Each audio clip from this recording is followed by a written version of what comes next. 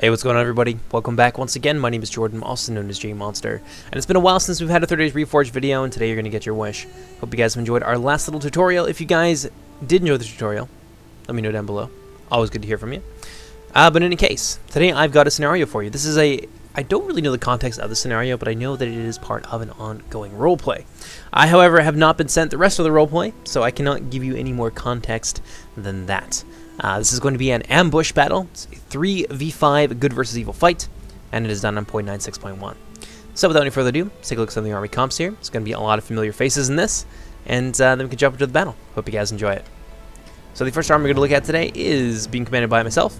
I've got one of the expendable armies, and I brought, well, I haven't actually brought, I've been assigned a lot of goblin infantry, tons of heavy goblin infantry, probably about 6 to 7 units of them, in fact. You can see them all arranged through the woods. I've also got 4 units of heavy goblin spears. I've arranged 2 of them on my wings and 2 in my center to defend my main line of skirmishers here. Also got some goblin archers, so 2 units of goblin skirmishers, or goblin skirmishers, naga skirmishers, 2 units of gobbo archers, and of course got the cave troll drummers as well. It's gonna be used to tie the whole quilt together. Got some Blackbag Mountain berserkers. That's where my general is going to be, Azok himself, leading this fight. And I think that's pretty well it. No, of course, I'm missing some things. Got 3 units here of the Mountain Orc Berserkers. Very much expendable. They are armor-piercing, and they will fight to the death in any situation, so particularly useful for that reason. But that's going to do it for my army. Let's pop back on over here.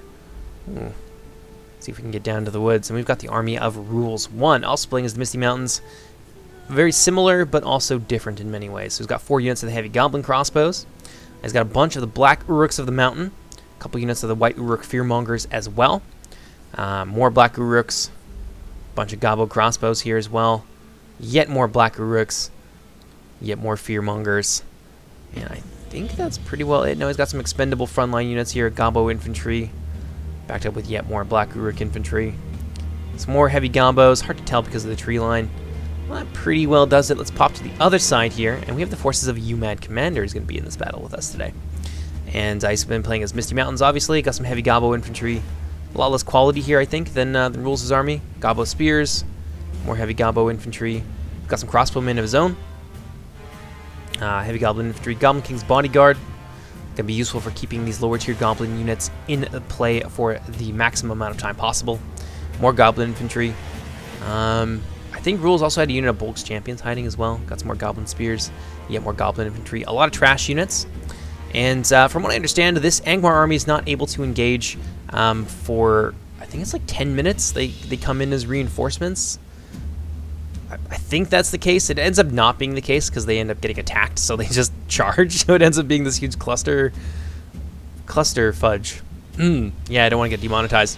In any case, this army is being commanded by D.I. King of the North. He's playing as the Witch Realm of Angmar. Got a lot of Orc Fellers here. Bunch of Orc Fellers.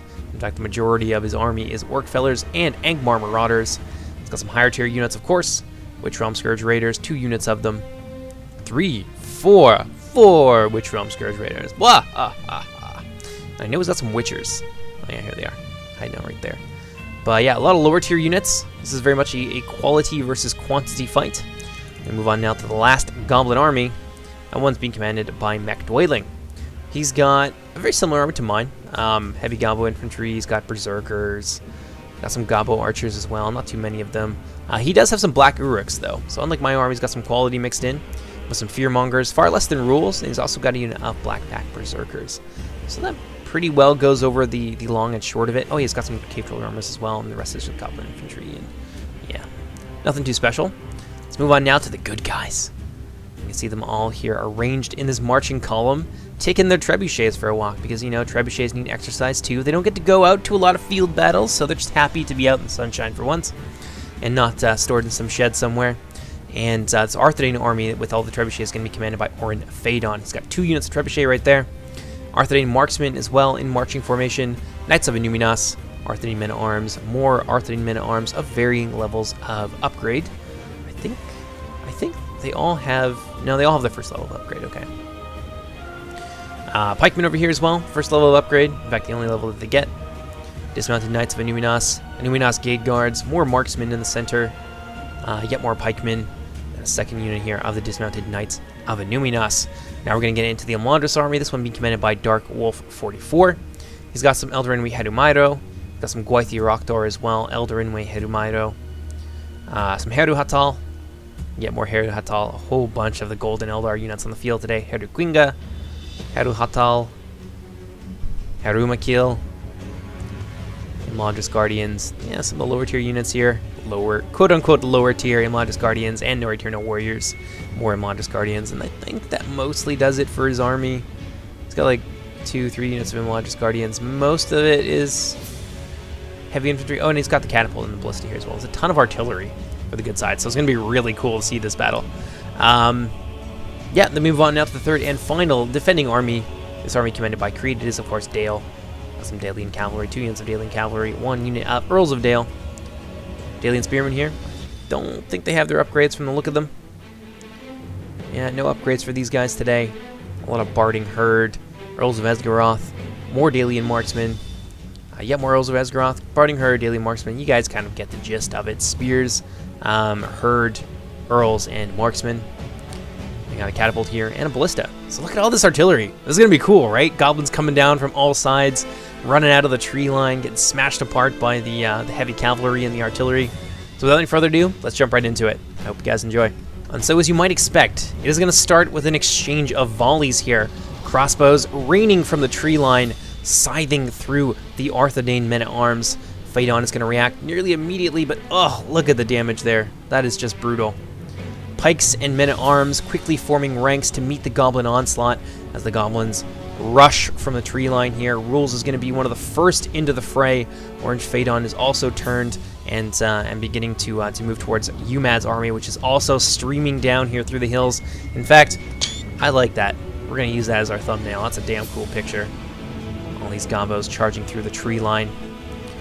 And the fight is going to come to men on both fronts here as the men of Arthedain are going to be forming a wall. Ooh, the elves are going to be among the first into the fray as well. Their hatred for the goblins runs long and deep. And the goblins here from Rules are going to be in a lot of trouble. These elves are going to take the goblins to task.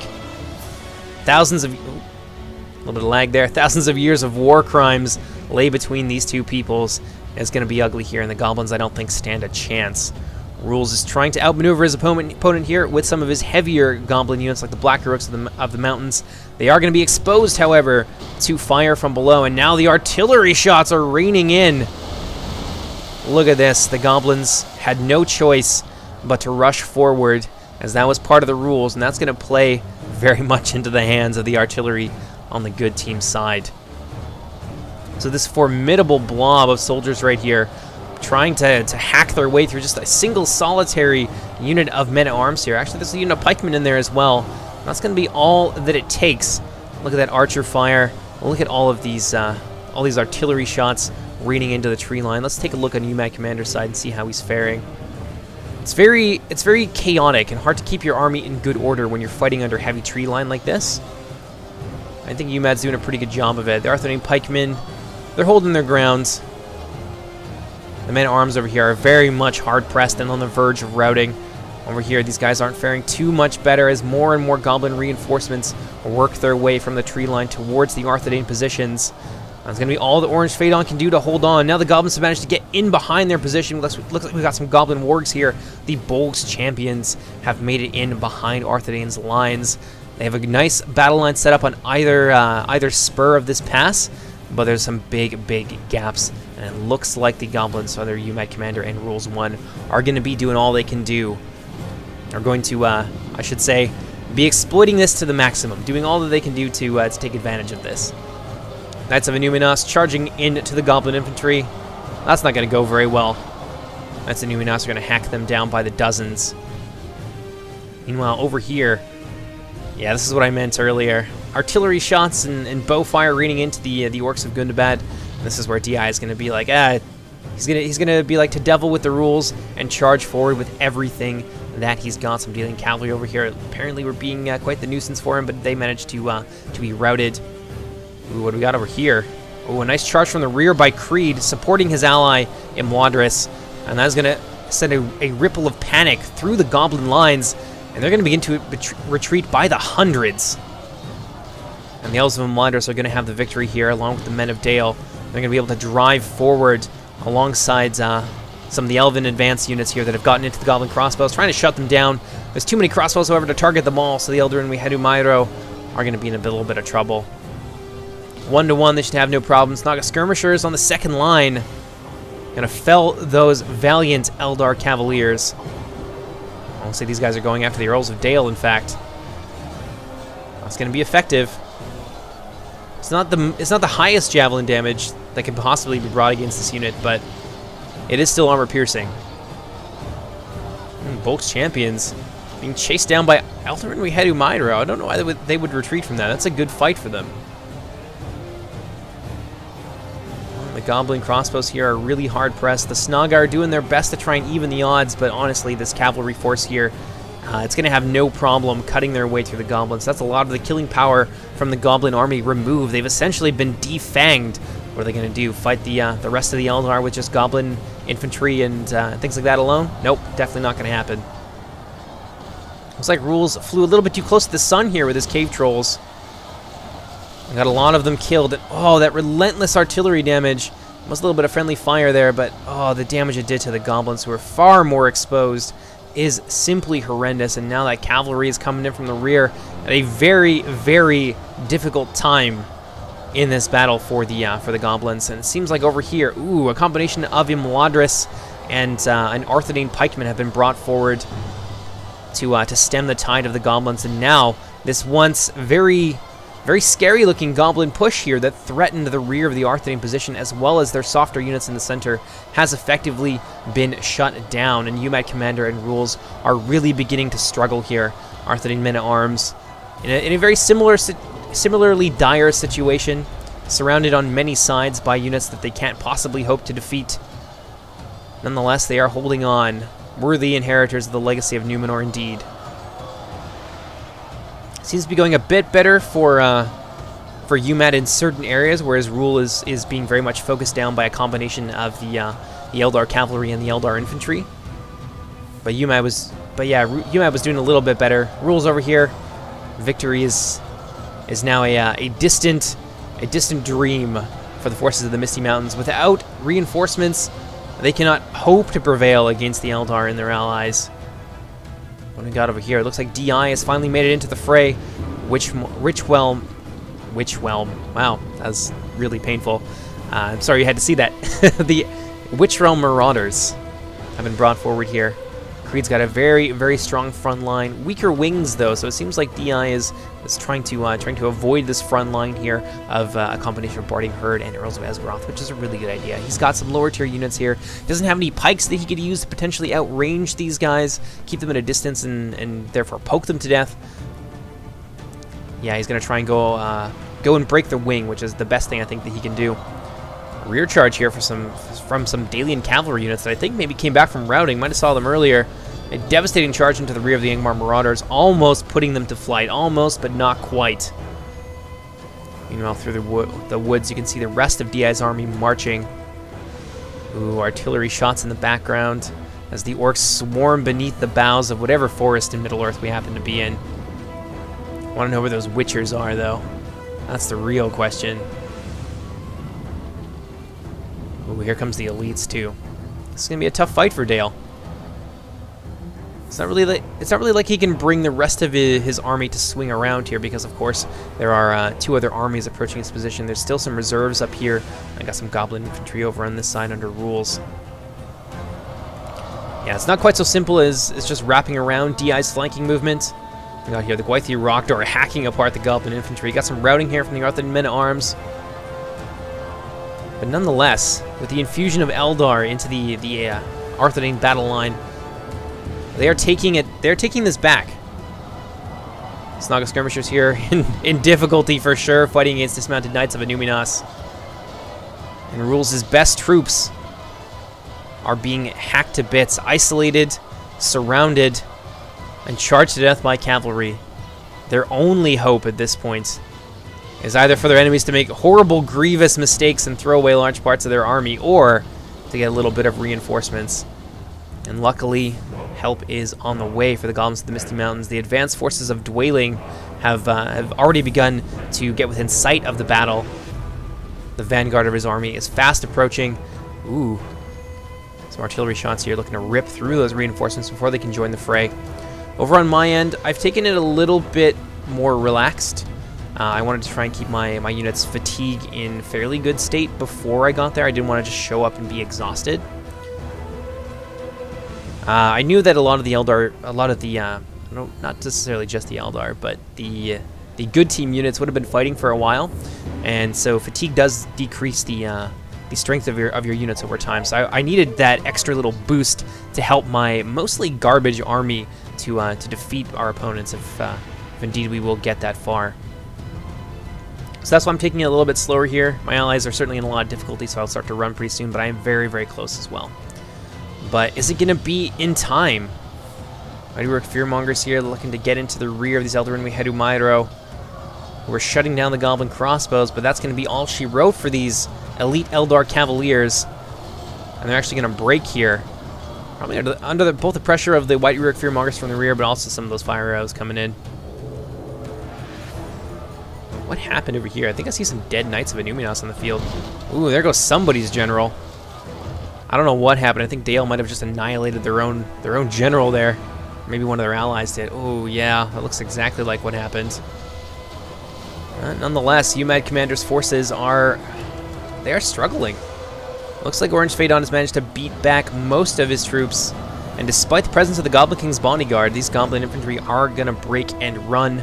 Orange Phaedon has managed to break through, and these units never actually ended up routing. I'm amazed. They just sat there on the edge of routing for so long, but actually managed to pull through, which is just miraculous. UMAC Commander has pulled back some of his more important units and is now bringing them forward, trying to keep them out of the fray, but also in a good position where they can support his failing front line. Ooh, Goblin Halberds over here, which I didn't see. Yep, they are not long for this world. Maybe some spears mixed in there as well, or some Goblin infantry.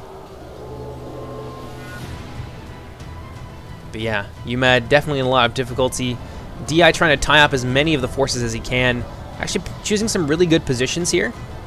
With the, ooh, I think we missed some Witcher fire in the center here, which just obliterated a large number of Barding Herd. But as I was saying, this is going to go a long way to evening out the disparity in quality between the two armies by positioning himself on this hill. So some smart positioning there on the part of DI. I wonder where those Witchers... I remember this point in the battle.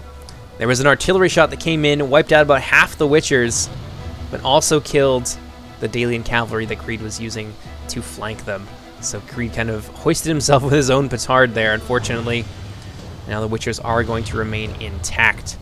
And it's actually the Angmar general in there as well. So one stray artillery shot could really put the pin in this Angmar offensive. They are losing in any case. The Dalian front line here, the quality is just too much for them. More reinforcements being brought forward, so one of the reinforcement armies have been defeated. Rules is all but done at this point, and UMAC Commander is also on his last legs. Ooh, a nasty shot there. Claiming the lives of many of the Mountain Orc Berserkers, getting a lot of the Eldarinwe as well. So Dwayling's army has finally moved forward. Ooh, more artillery shots just ripping through those Snaga Skirmishers. One or two shots like that into a very tired unit of Snaga Skirmishers with that flaming ammunition could actually rout them, so gotta be careful there. Bulk's champions from Rules have been conserved for a rainy day, and that is starting to pay some dividends here as he's going to be able to harangue the back lines of these Eldar units that are looking to outflank and annihilate the vanguard of Dwayling's army. Over here, got some Gwythi Rockdor, not sure what they're all about. Some Elven units in the woods. Looks like the elves have mostly been victorious over Rules here. Still some holdouts. Black Rooks of the mountains aren't going to flee easily, but luckily my reinforcements have begun to arrive. We are just cresting the top of this hill, and because many of them were walking for a good portion of this battle, I was able to keep their fatigue intact. So now I'm going to be able to move forward quickly and try and catch some of these Eldar units that are lost in the woods, hacking down bits and pieces of Rules' beleaguered army by surprise, surround them, and hopefully destroy them. Now look at this. A lot of these units now exhausted. My fresh Goblin force is... Still the quality is nothing compared to Arthedain and Imladris, but nonetheless, the numbers and the fatigue disparity and the fact that these guys have been fighting for so long and have taken a fair amount of casualties is only going to play in favor of the Misty Mountains army. Ooh, a nasty artillery volley there into some of Dwelling's army. A lot more tired than mine. He does, of course, have his Fearmongers nearby, so that's going to be useful for him. Nork Berserkers as well. He's got his Troll Drummers. Yeah, I'd say Dwelling is well poised to try and pull this fight back a little bit. UMAT Commanders. I think this is the last of his army, or very, very near to it. The remnants of both UMAT and Arthedain's army fighting against each other. But this is really just 4 units out of the Arthedain army that managed to inflict some serious casualties on the Goblins of the Misty Mountains. So, was it worth it? Probably. As we all know, orc lives are expendable. There's always more where that came from. And they've done a great job of wearing down our enemies so far. And these pikemen, says victory is certain, but they're also being surrounded. Ooh, UMAT is actually kind of pulling it back in certain areas. That's very impressive. That was a tough fight that both him and Rules had to go into. And they had to do so without hesitation. What do we got over here? Goblin, Spears. Ah, yes, I managed to catch out the Gwythi Rocktor. Kill a few of them. And now Rules is going to pepper them from the rear with crossbows. Rules is now slain the Arthedain general. So bad news bears for the Arthedain forces.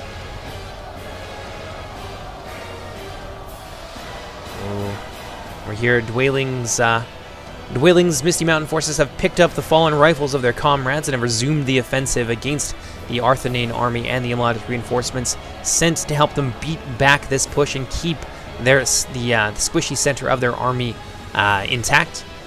But now, time and fatigue are starting to tell against them. The Haruma kill here, cutting down Goblin infantry, exhausted Goblin infantry like there's no tomorrow. But there's just too many. These valiant elven swordmasters will not be able to win this fight unaided. So we've got some Arthedain marksmen joining the fray now, out of ammunition. Ooh, and the artillery is just reaping a very deadly toll from the advancing Misty Mountain forces of Dwelling. Luckily, that does take some pressure off of me. So now I've managed to keep my army in fairly good order. It's something that I paid a lot of attention to in this battle, is just keeping my forces in good order. You can see I'm trying to flank and surround some of these units here. The Eldar Rinway have pushed up the hill and run into stiff resistance from my Goblin reinforcements, and a lot of them are, again, being surrounded. Goblin infantry now coming in from the rear. So the impetuousness of the Elven army so far has served them in good stead, but now at this late stage of the battle, when they are very weary from hacking down thousands of their enemies, they've pushed a little bit too far forward, and now I'm able to just bog them down in trash, surround them with some of my more important units, like my Goblin Spears, who are AP, and my Mountain Orc Berserkers and things like that, and slowly begin to drive them back. Ooh, Dale seems to be doing really, really well for themselves. Let's pop over there and see what's going on. Looks like they've thoroughly defeated the army of Angmar. It's still just some Barrow Whites. They'll fight for a while, but they're not a real threat at this point. Trump Scourge Raiders on the verge of being utterly surrounded. I think we're going to see them break in just a few moments here. Let's go ahead, turn up the speed a little bit. Some of them are turning to face their enemy, but the Barding Herd, disciplined and vengeful, march forward. They're going to start hacking down those Witch Realm Scourge Raiders, and that's going to be the breaking. And what do we got going on up here? A very similar situation where the overmatched Orcish infantry begin to break and flee. And there they go. I think that's basically it for DI's army. Not going to be able to play an active role in the rest of this battle, I think. And still the fight over here in the center rages on. Woof. Gwythi Rocktor, I think, probably trying to chase down the Bulks champions. I've actually brought in some of my Goblin archers up there to put some fire into the rear of these Eldar Rinway units. So that's where some of that fire arrow, some of those fire arrow shots are coming from. Yeah, I can see a big volley right there into Arthedain marksman. And that has helped my ally Dwalin break through. He probably would have done so without my help, to be perfectly honest, but nonetheless, oof. Nonetheless, it's good to work with your team, try and minimize casualties, because at this point in the fight, we weren't 100% sure that we'd actually win. Oh, man. Look at that. Devastating artillery volleys. Eldar Rinway had Rumasil, the thin gold line. Still holding on. Everything else has crumbled around them, but they're going to fight. And the Bulks champions here might have something to say about that, though. Coming in for a rear charge. Well, it might be game over for the Harumasil. Yep, they weren't able to turn around in time. And that is going to break them. What do we got here? Oh yeah, I had some of my Snaga skirmishers trying to hunt down the Gwythi Rock Door, but they ended up flying a bit too close to the sun. And I'm going to start to pull them back. Goblin archers up on the hill, trying to harangue the artillery crews as they begin to fall back towards the last stand that's being formed by Dale. My commander has some Goblin spears down here. Looks like he was trying to do the same thing. But they're being bogged down by Arthurian marksmen. Well, for how much longer? Yeah, and there they go. The marksmen are going to begin to flee.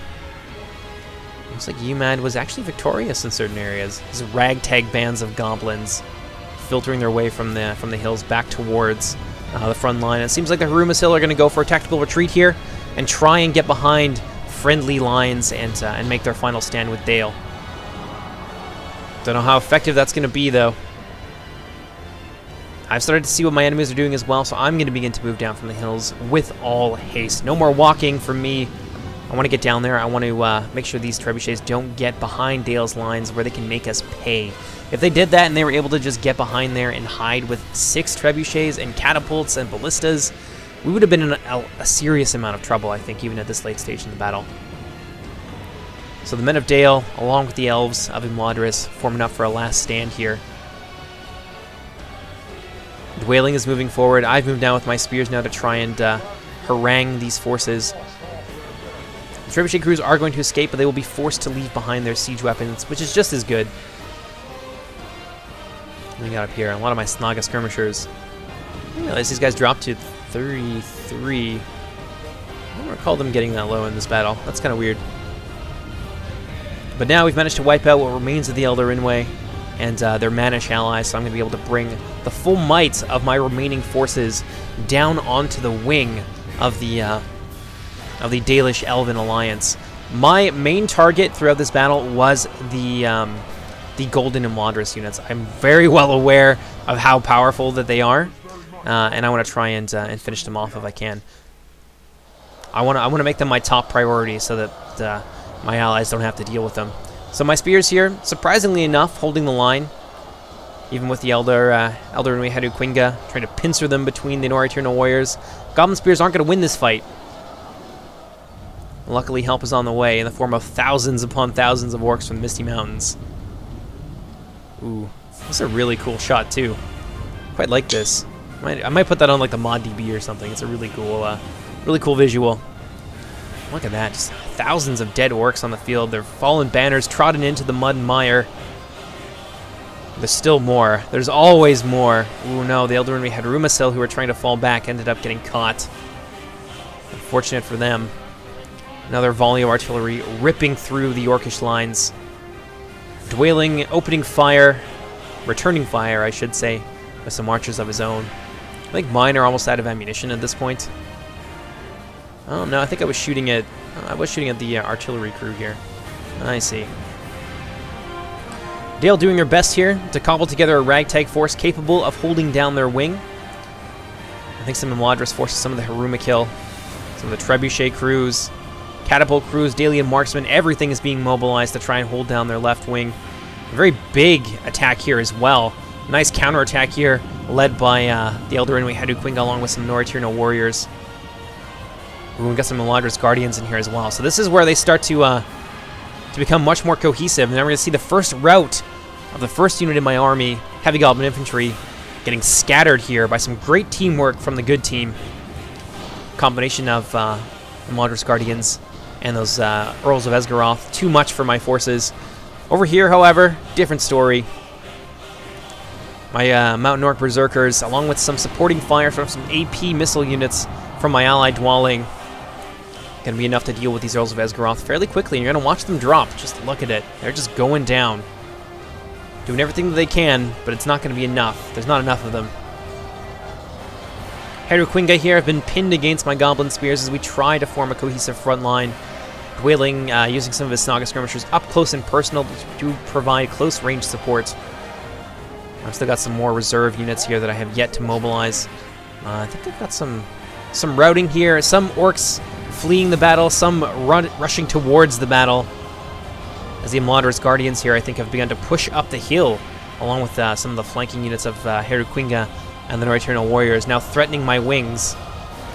Catching out some of my Snaga skirmishers, in fact, in close quarters, so a great move there from Dark Wolf. What do we got here? Dalian Spearmen.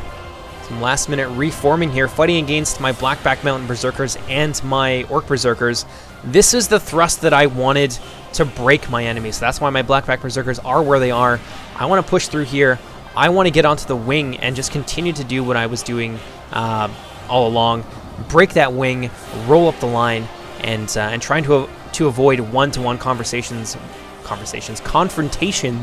with the elves and the Men of Dale.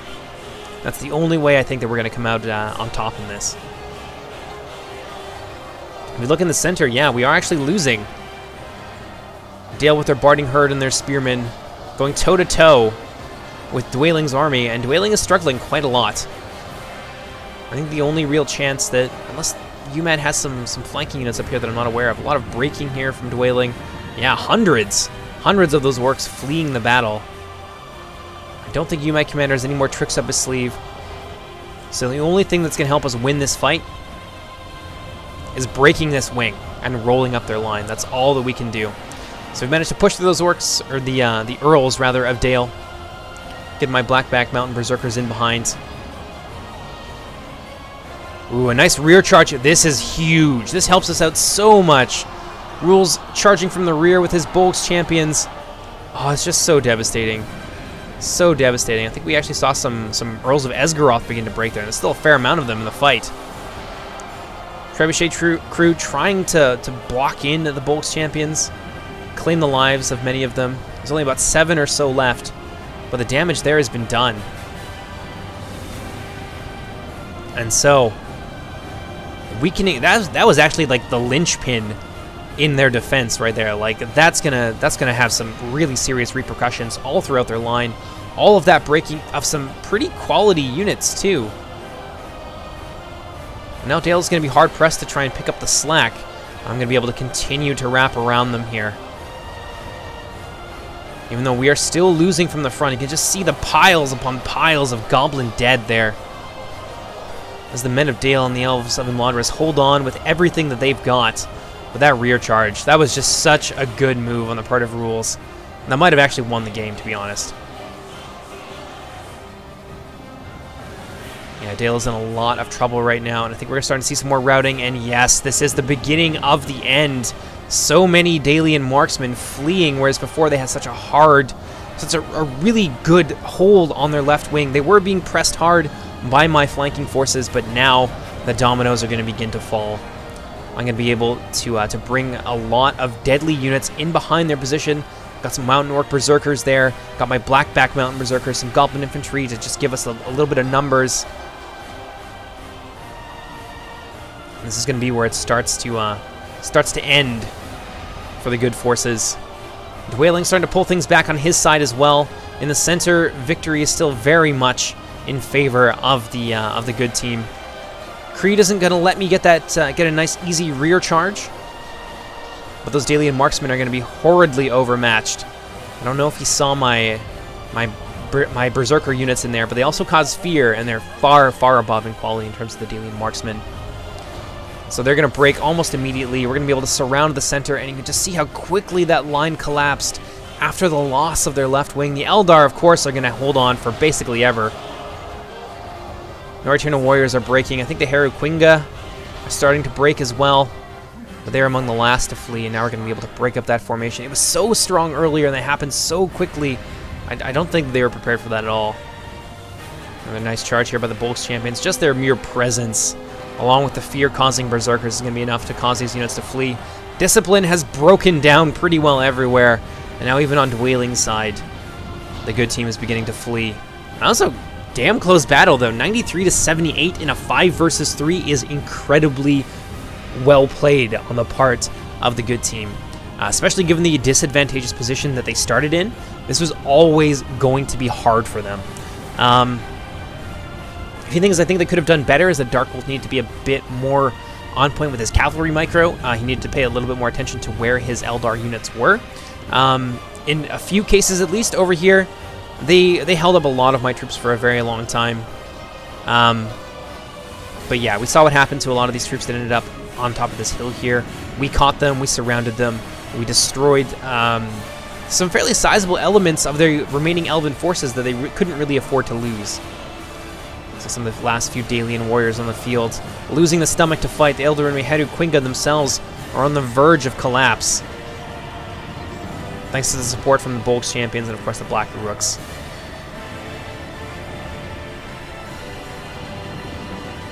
And one final push here, I think, from the goblins. Some heavy goblin infantry and maybe some spears in there as well.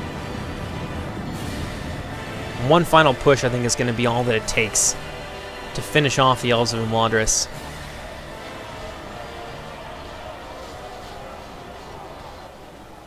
And there you have it. A big mass push to get in there and finish these elves off. They are not breaking. That is very, very impressive.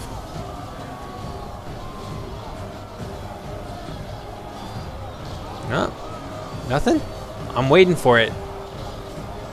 There you go. Now they start to rout. There's really nowhere for them to go. They're going to try and flee, but they'll just be swarmed, brought down, and likely devoured by the goblins of the Misty Mountains. I brought my Blackback Berserkers over here just in case. But look at this. Let's look a little bit at the carnage. You can see the tree lines are very, very bloody. Over here, it's just a massacre. First of Gundabad, and later a little bit farther up here of much of our Misty Mountains forces. A lot of dead goblins on the field. Up in the tree line, I did pretty well, mostly because the only real threats to my army were very heavily weakened by the time that I got there. And of course there was the impetuousness of the elven army after they had scattered Rules' forces that led to them being surrounded and having to fight in isolation, which was a big problem for them. Should have fallen back and regrouped. That was probably the best thing they could have done. But yeah, most of my real, I don't want to say competition because that sounds arrogant, but like the only real threats to my army were very, very severely weakened by the time I got there. So I was able to come out of this with 1,700 men remaining. Dwayling had about 1,400. There's it's like 600 and all this stuff, but like as we saw, that's just at the ends of battles, it'll be like, oh yeah, all of these troops were quote unquote healed, the same as it would be in a campaign game. So for the most part, I don't think UMAD Commander had very much left. Rules had almost nothing. DI was completely eradicated when we saw it. We saw the wreckage of his army. So a lot closer battle than I think the post-battle screen here is really giving it credit for. But let's look at some of the casualties here. Dark Wolf, despite some mistakes, which I've highlighted a few times now, still got 4,000 kills, nearly 4,200 kills. Arthedain was the first into the fray. They got 3,000 kills, so they devoured a goblin army pretty much to themselves. 3,400 by Dale as well. A lot of goblins, a lot of the army of Angmar as well. I'd say probably about at least 3,000 or so of them would be some of the Angmar kills.